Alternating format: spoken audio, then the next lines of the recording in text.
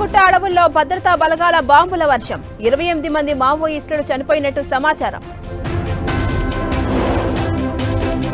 ఉగ్ర కదలికలతో రాజౌరిలో high alert, నిఘా పెంచిన బలగాలు, ముమ్మర సోదాలు.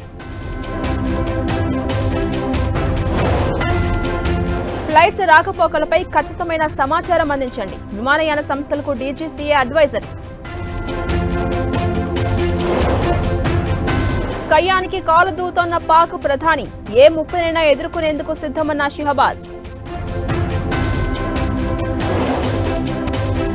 తిరుపతిలో చెట్ల నరికివేతపై నిగ్గు తేల్చండి, అధికారులకు డిప్యూటీ సీఎం పవన్ కళ్యాణ్ ఆదేశం. జీవీఎంసీ డిప్యూటీ మేయర్పై నెగ్గిన అవిశ్వాసం, 74 మంది సభ్యుల బలంతో కూటమి విజయం. హెచ్ఐసిసి వేదికగా భారత్ సమ్మిట్, గిగ్ వర్కర్స్ సమస్యలు, పరిష్కార మార్గాలపై చర్చ.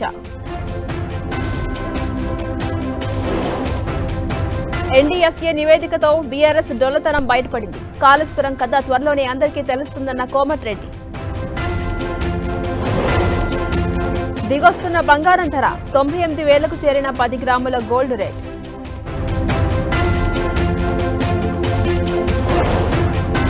తెలుగు రాష్ట్రాల్లో మండుతున్న ఎండలు, వడగాల్పులతో అల్లాడిపోతున్న జనం.